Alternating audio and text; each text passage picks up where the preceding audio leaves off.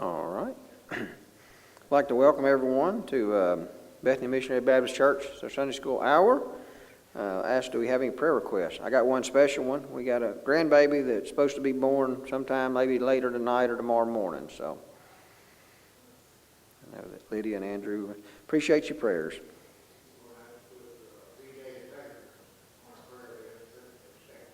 BJ and Taylor's expecting. That's an announcement and a prayer request.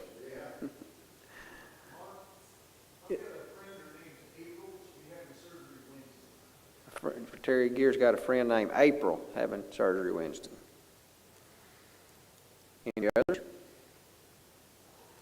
Not open up in a word of prayer. Dear Lord Jesus, we just come to you thanking you so much for the time to come and study your word, for a place to come study your word, that we can just come freely, not be persecuted for just seeking you. Lord, I just pray for our country. Lord, I pray for the conflicts we have going, those involved, Lord, on both sides. I just pray that your will be done, that people just see the need for you as their Savior in their life. Lord, I just ask that you be with me today as I teach your word, and our pastors as they preach and guide our church. I just pray for wisdom. Lord, I just ask you watch over us with our families. Lord, be with us this week and be with us in our lives as we just serve you, and just pray that, Lord, we just have a heart to do your will. In your name I pray, Lord. Amen. All right. Today we're in a new book. We're back to the Old Testament. So if I mess up any names, well, get over it. New Testament names are a little simpler. Old Testament names, they get a little bit dicey. Even when you study them and you listen to them, sometimes they run together when you get up here.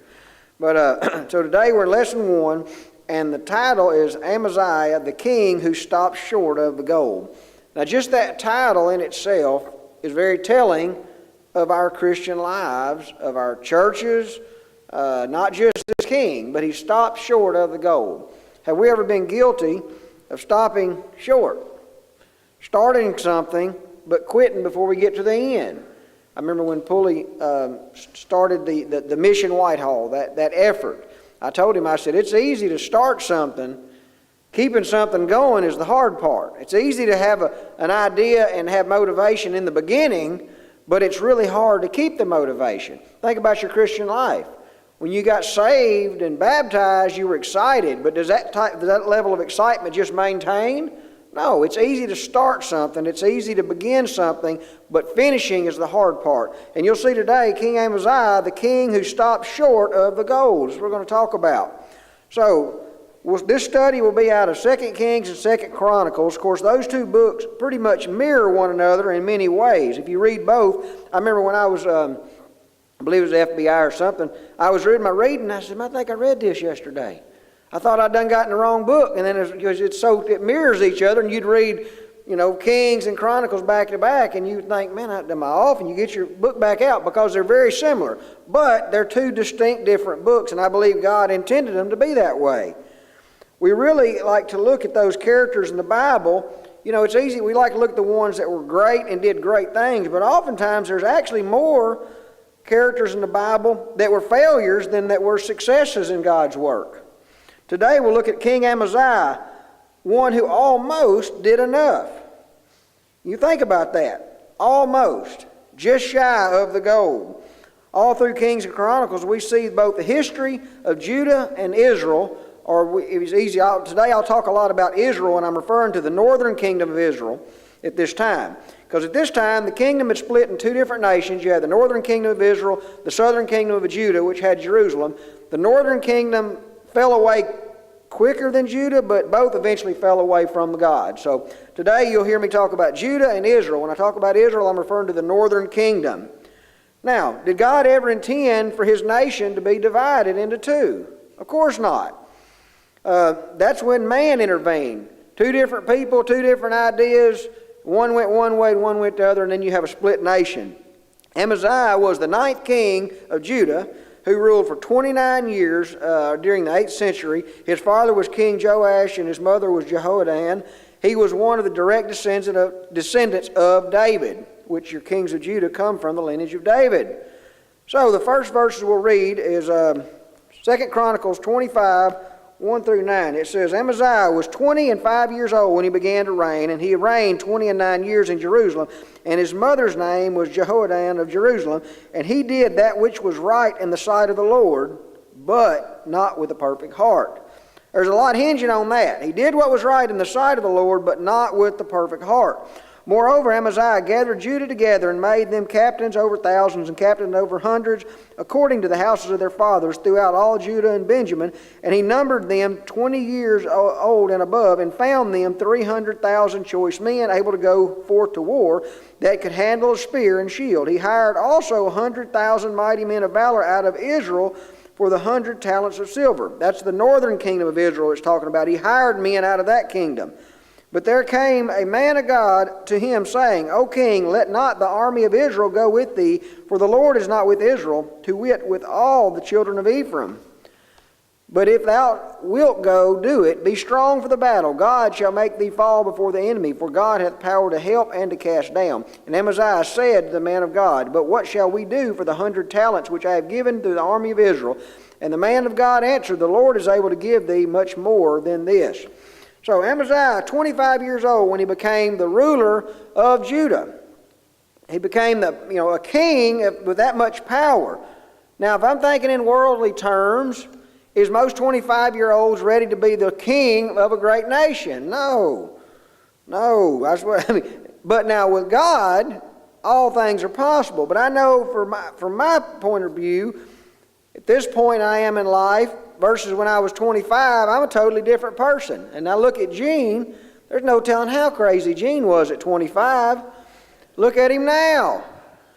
But my point is, he was 25 years old when he went into power. Now, that's very young.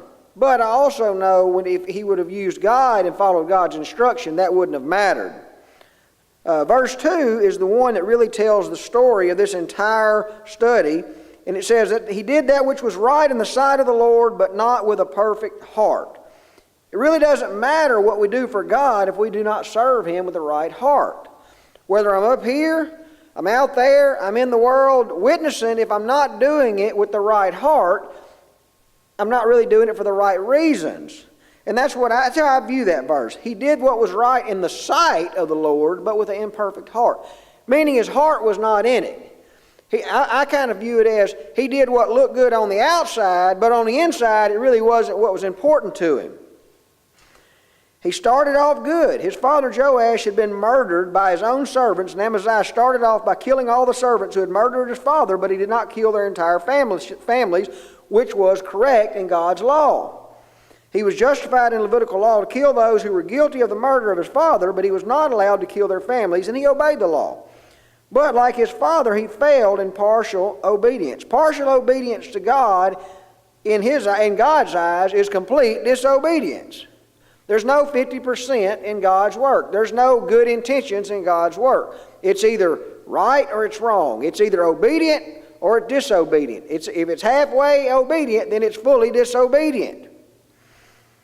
So think about that. Being partially good is like being not good at all.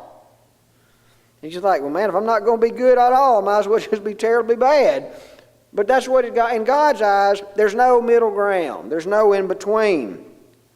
That makes me take a hard look at myself. My motives. Am I fully committed or am I partially committed? Because if I'm partially committed, then I'm not committed at all is what that tells me. We see soon after his reign had started, he started to trust in his own ways and his own ideas and his own thoughts. He hired 100,000 mighty men of valor out of Israel for 100 talents of silver. He hired men out of the northern kingdom, which had fallen away from God before Judah. Remember, Judah, he was the ruler of Judah. And these hired mercenaries, that's what that is, hired mercenaries, come out of the northern kingdom of Israel. God never intended for Judah to hire fighters to fight on their behalf.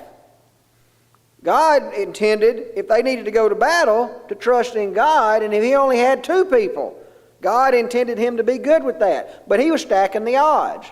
Now, before you beat up on him, are we any different? I'm going to stack the odds if I'm going to battle. That's what he's doing. He's looking at it with his worldly eyes, and he's saying, well, they got 1 million, so I need at least 1 million, and I ain't got 1 million over here, so I'm going to go hire some extra men to fight with us. Sounds really good. And if you think you're any different, you're probably lying to yourself. That's how we think. But with God, we've seen God before wipe out entire nations and never a sword was drawn. And he knew those stories. So God intended for His nation to trust Him regardless of the numbers. We have examples often where Israel was outnumbered, but they trusted in God and they prevailed. In verse 7, we see a prophet came to him telling him, "Turn those you hired away, because the Lord is not with Israel," meaning the northern kingdom. You hired people that don't even trust in the same God. They're here for money. And when you fight for God, you're not fighting for money. The northern kingdom had fallen completely to idols, and that's why God says that God is not with Israel. Notice in verse 9, Amaziah was concerned, though. He said, "But I done paid them. I mean, I would love to turn them back, but I'm going to lose my money. I've done gave them the money. What am I going to do about that?" And the prophet simply says, you'll far more exceed what God will give you back than that money was ever worth. That money is nothing compared to God, is what the prophet tells him. But I mean, you notice his first thing wasn't, "Oh, thank you for telling me," and turns her back. It was, "But I done paid them. I'm going to lose my money." That's how we are. I done paid for it. I'm not losing my money. And that's what he was thinking about, was the money that he had already paid. Now, he trusted the prophet because you'll see he did turn him away. And you're like, well, if the prophet said, then I better go with that. But the problem was where his heart was. His first response was, "But I done paid him. I'm not going to get my money back." But you know, I think about that. God does not bless when we do things that seem right to us necessarily. I think to our church, so it's been several years ago, have we ever been guilty of using the world to solve our problem? That's what he was trying to do, using the world and worldly logic to solve his problems of the battle. But I remember during COVID, the government was throwing money at everything. And churches could get money for their payroll if they could show they had lost profit, lost revenue. And I remember sitting in a committee meeting, and our group said, "We don't need the government's money." And I was very proud of that, because if you look at our finances, it never fell off. We never had trouble paying our bills. We never had trouble supporting our pastors. We never missed a beat. Hindsight, I think if we took the government's money, we'd have probably come up short. But that's one that I stood out in my mind, is we could have took that money, and it would have been a lot of money. And we're going to use this money for the good of the Lord. Well, he was going to go to battle, and he was thinking, "Hey, I'm just going to stack my odds against him. I'm going to make my odds greater." He was planning. But it come out wrong. And I feel like if we'd have took the government's money, I believe we would have come up way shorter than that little bit of money would have gained us. And that's just an example I remember where we didn't let the world solve our church's problems, and therefore we didn't have no problems. I can't prove it, but I definitely think that had something to do with it. The prophet reminded Amaziah that regardless of how strong he thought his army was, it really didn't matter, because God was stronger. God could crush that entire army, including the ones he paid, or God could let them win. It had nothing to do with the power of the men and the mighty men that he had or that he hired, is what Amaziah was reminding Amaziah. Now the next verse is in Chronicles 25, 11 through 13, it says, "And Amaziah strengthened himself and led forth his people and went to the valley of Salt and smote the children of Seir 10,000. And the other 10,000 left, and did the children of Judah carry away captive. And he brought them unto the top of the rock and cast them down from the top of the rock, that they were all broken into pieces. But the soldiers of the army which Amaziah sent back, that they should not go with him to battle, fell upon the cities of Judah from Samaria even unto Beth-horon, and smote 3,000 of them, and took much spoil." Now we see the backfire. He still had consequences for making a poor decision to begin with. Now we don't know how bad the consequences would have been if he would have took them to battle. They probably would have lost the whole war. But since he sent them back, but he did that, since he had already hired them, there were still consequences for not trusting God. Amaziah did ultimately what the prophet said. He sent those additional soldiers back to the northern kingdom. But due to him not seeking the Lord first, there was consequences. Judah won the battle against Edom. Besides, the land of Edom inhabited was given to the nation of Israel anyway. God had gave the nation of Israel a certain amount of land. And I got thinking about this morning. God didn't give them the whole world. God knew there was other people on the earth, and He knew they had to have a place to live. He gave them a little small piece of land, big enough for what they needed. But He also gave the Gentiles or the Edomites places as well. God created them too. But what happens is we want what somebody else has got, oftentimes. So Edom went over into what land God had promised Israel, and now that's why you see this battle. God had given the land where they should have inhabited, but they'd want to stretch their boundaries and enter into another person's land. Do you realize God didn't intend for Israel to control? They wasn't set up to control everything. He didn't give them Egypt. He sent them out of Egypt to their spot. But today, all through the centuries, there's one common theme in almost every war: acquisition of land. Right now, Russia's trying to take land from Ukraine. Right now. And normally, it's because there's money involved. There's something they need on that land, whether it's fertile, whether it's got oil, whether it's got natural gas now, but some reason. But all wars generally go back to one country wanting more and wanting something they don't have. But most people that do things commit sin in the world. What is it? Wanting something they don't have, wanting something somebody else has got. Prisons are full of people that stole from somebody else. Man's desire to want more. There's also negative consequences, though, to this victory. They did win, but his disobedience of hiring the soldiers, although those soldiers he hired never fought in that battle that he paid, but on their return back to northern kingdom of Israel, they plundered the cities in the northern section of Judah. Now some think, well, they plundered them because they know if they would have went to battle, there would have been a lot more to profit through the spoils. Because back then, if you typically, unless God told you not to, when you won, you took all the stuff with you. Whether it be gold, silver, slaves. So I think they were, one thought is they probably had a lot more to gain had they went to war with Judah.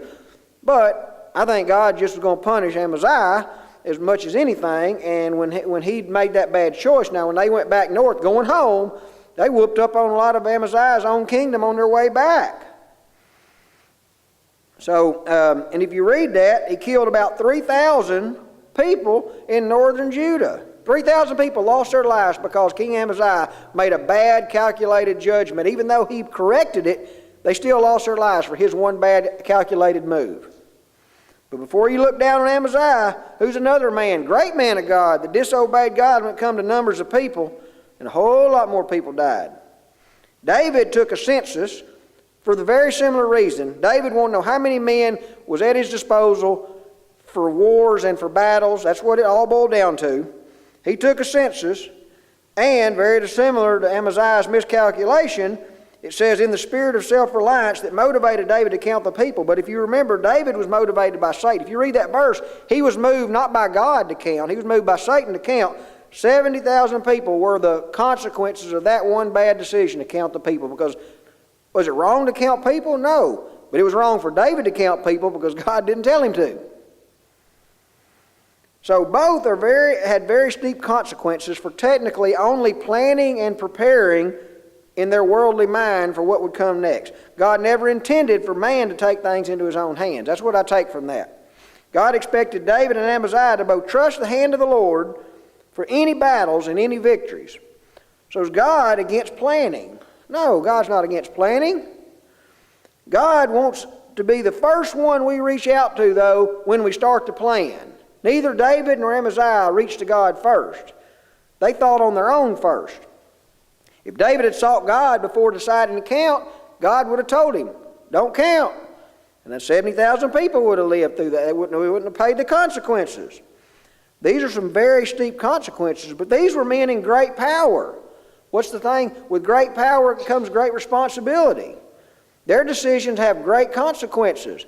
But you have the same thing in your life, in your family, in your job, in our church. Jonathan's actions have great consequences in our church.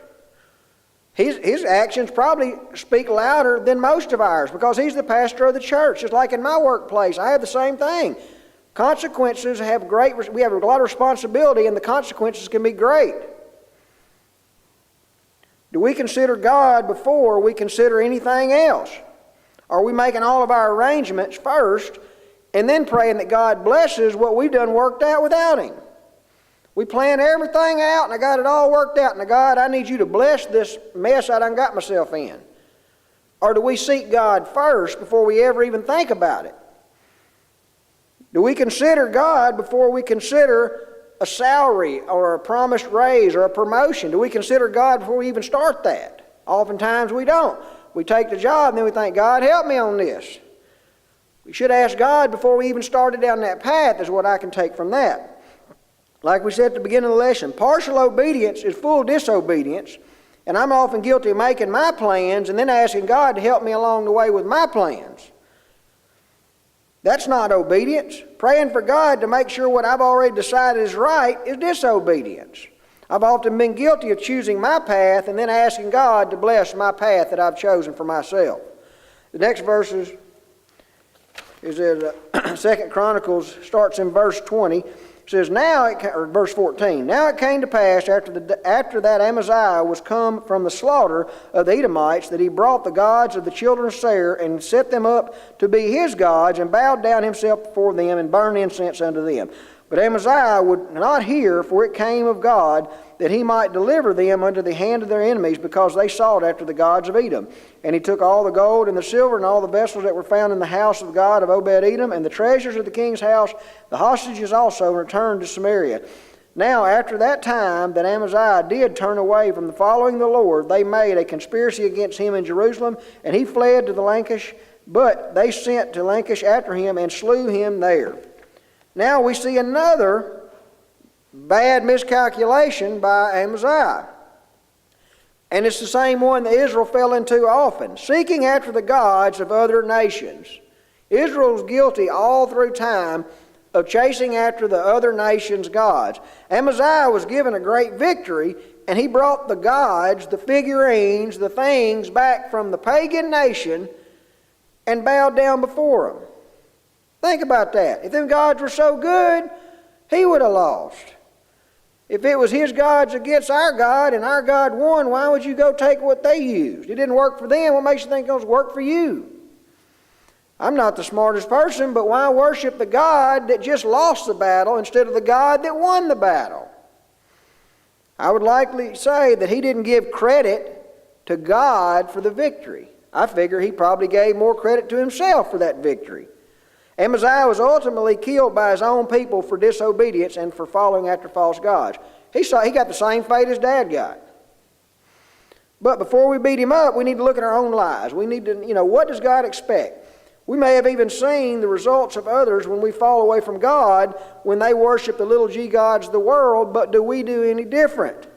In our world, we worship the idol of things and covetousness and hobbies and sports and everything except God. That is our idol. We like stuff in America, and we got a lot of it. I got some funny statistics here. It's going to make you scratch your head. We are slaves to the idol of stuff and hobbies. Go to most of our houses, and we have more stuff than any generation before us. Look back at your great-grandparents, most of us, and see what they had and look at what I got. I got more stuff than both of my grandparents put together. Think about that. I got 4 sheds covering up stuff I've accumulated. Our book points to the rise in storage facilities in our country, and we show we've run out of room, and we keep buying stuff and rent places to put stuff.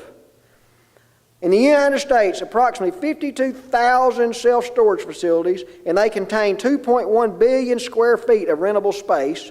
It's estimated there are 23 million individual storage units nationwide, full of stuff. That's our idol. As Americans, that's our idol. And when gas goes up and we can't use our stuff, we're mad. That's what happens. Think about your grandparents, great-grandparents. They likely lived in a 2-bedroom home with maybe one bathroom. Now, most people live in 4 and 5 bedroom homes and 4 and 5 bathrooms. Stuff, material, more. But are we any closer to God? As a nation, I'm only 45, but everybody that I know that's quite a bit older feels we're further from God because we're chasing things and not chasing God. We become a nation of the idol of stuff. We go to great lengths to get more. I didn't say that it's wrong to have things, but if that's become our idol, our little g God, we're putting our stock and everything we have into that little idol. Whether we like it or not, we're bound down worshiping those little idols in our lives. We're no better than King Amaziah with our partial disobedience. I'd be lying if I said every time I enter these doors, I do it for the right heart. Sometimes we hear out of obligation. I bet even the preacher feels that way sometimes. Not with the right heart. We're here because, what did it say? We did what was right in the sight of the Lord, but with an imperfect heart. We're here because we know we're supposed to be here, but there's somewhere else my mind is, because that's where I'd rather be oftentimes. I'm guilty. We have to commit ourselves in our heart to do things that are right in the sight of the Lord above all else. Nothing wrong with having stuff. Nothing wrong with having things, but God has to be first. In Amaziah, you saw God was up there with the other stuff. He had God and his idols. He had his own thoughts and God. God has to be first. God's got to be at the top of the pyramid in everything that we do, and then everything that we do will be with the pure heart. Thank you.